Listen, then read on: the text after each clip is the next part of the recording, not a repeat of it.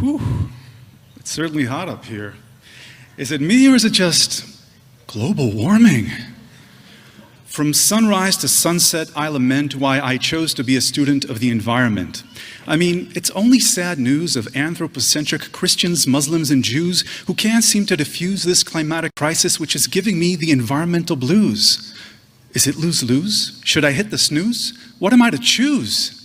I choose to learn. I choose to know. I choose to probe the upper, middle, and bottom lines of reaping what we sow. And can somebody please turn on the AC? It's getting really hot up here. Don't you see? From Bible-brandishing Lynn White to Leopold's ecological conscience, not to mention the intermediate disturbance hypothesis, ignorance is not a bliss. Who knew I could derive such pleasure from reading a study on the contribution of mega herbivores to the well-being of less able bats? That's just mega herbivore done crazy. Crazy. Not as crazy as finding myself randomly spending my spring break in a greenhouse in rural Kenya, working with secondary school students on cultivating and harvesting green algae, which is technically bluish-green bacteria. Can you dig? And can somebody please turn on the AC? It's getting really hot up here. Don't you see? As I backtrack to the envelopes back for calculations that are crude, I can't help but realize again how our planet is so screwed.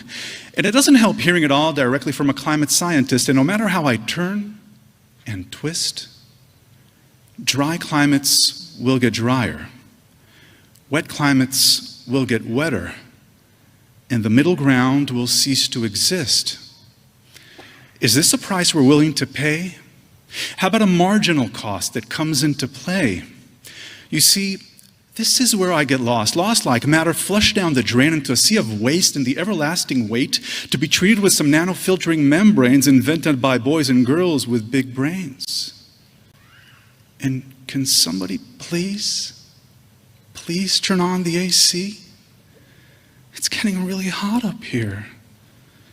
Don't you see?